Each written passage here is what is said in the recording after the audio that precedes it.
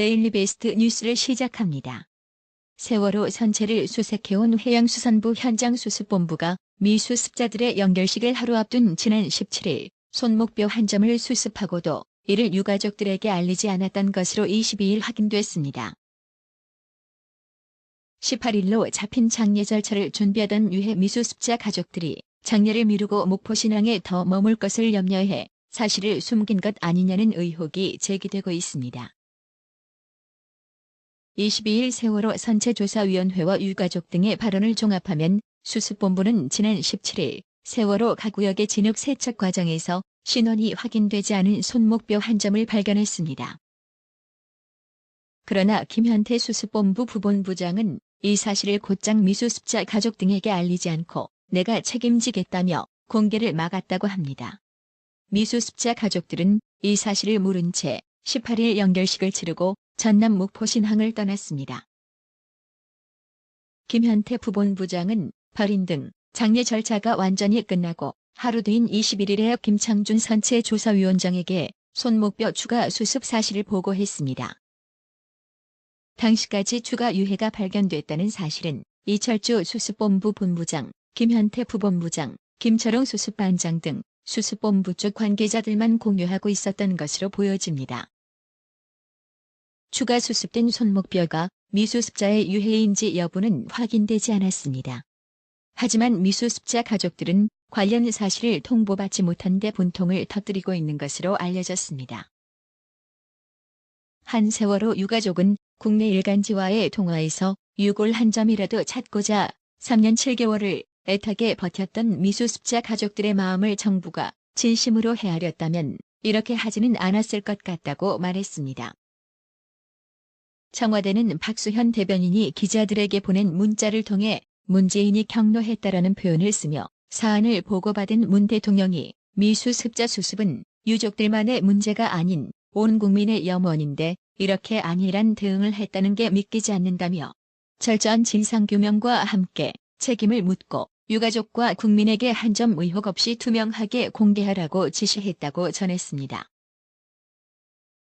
해수부는 김영춘 장관 명의로 사과문을 내고 해당 책임자를 보직 해임한 후 본부 대기 조처하고 감사관실을 통해 관련 조처가 지연된 부분에 대해 진상을 철저히 조사하도록 지시했다며 미수습자 가족과 유가족 그리고 국민들께 심려를 끼쳐 다시 한번 깊은 사과 말씀을 드린다고 밝혔습니다.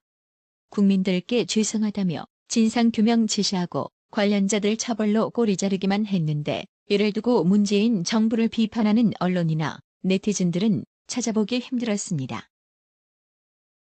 이런 일이 만약 이명박 박근혜 정부 때 생겼더라면 전 언론이 개떼처럼 달려들며 광화문의 촛불이 벌써부터 켜졌을 건데 참 이상하게도 조용합니다. 세월호와 관련된 소식이 하나 더 있습니다. 정부가 작년 3월에 만료된 세월호 유가족에 대한 의료지원금 지급을 2024년 4월 15일까지 연장한다는 소식입니다.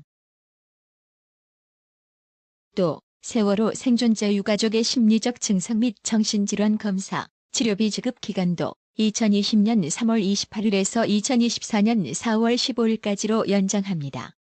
2014년 4월 16일 발생한 세월호 참사로부터 10년간 의료지원금과 트라우마 등 검사 치료비를 정부가 부담하겠다는 취지입니다.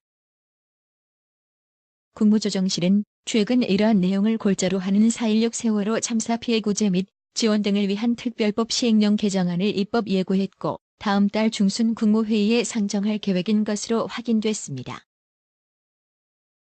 앞서 문재인은 지난 8월 16일 세월호 참사 생존자와 피해자 가족 등 200여 명을 청와대 영빈관으로 초대했을 당시 세월호 피해자 가족들은 지난해 중단된 의료지원금 지급 연장과 안산 트라우마 센터에 조속한 건립 등을 요청했었습니다.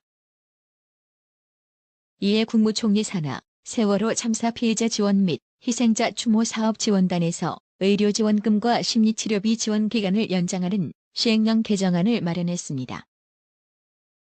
2015년 3월 29일부터 효력이 발생한 세월호 피해지원법 시행령은 세월호 참사로 발생한 피해자의 신체적, 정신적 질병, 부상 및 그 후유증의 치료, 간병 또는 보조장구의 구입 및 사용에 드는 비용을 의료지원금으로 정하고 2016년 3월 28일까지 발생한 비용으로 한정한다고 명시돼 있습니다. 또 시행령에는 안산트라우마센터, 정신건강복지센터의 장은 피해자의 심리적 증상 및 정신질환 등에 대한 검사를 한 결과 필요시 의료기관의 정신건강의학과에 검사 치료를 요청할 수 있습니다. 국가는 그 비용의 전부 또는 일부를 지원할 수 있다고 규정하면서 2020년 3월 28일까지 발생한 비용으로 한정한다고 정했습니다. 정부는 이번 시행령 개정을 통해 이들 조항이 한정한 기간을 모두 2024년 4월 15일로 연장한 것입니다. 또한 안산트라우마센터 건립을 위해 국회 예결위 심의 과정에서 설계비 반영을 현재 검토 중입니다. 설계비는 24억 5천만 원이고 전체 건립비는 500억 원 정도로 예상되고 있습니다. 지금까지는 세월호 피해자들에 대한 재활치료 등이 고대 안산병원에 위탁해서 이루어졌으나 트라우마 치료가 특화된 병원을 건립하겠다는 것입니다. 지원단은 아울러 안산 세월호 추모시설 건립 사업에 속도를 내 연말까지는 사업 계획을 확정할 계획으로 알려졌습니다. 세월호 사고는 분명 우리가 잊지 말아야 할 비극임에는 분명합니다. 하지만 이것을 이용하려는 순수하지 못한 정치 세력과 수많은 재난재해 사고가 있었음에도 유독 세월호에 대한 특혜 아닌 특혜가 주어지며 이것을 고운 시선으로 보지 않는 국민들도 상당수 존재합니다. 재난재해에 대한 국가보상의 명확한 기준 없이 여론에 떠밀려 이러한 일들이 실행된다면 다른 재난재해 사고와 형평성 문제가 계속 제기되며 사회적 혼란이 가중될 것입니다.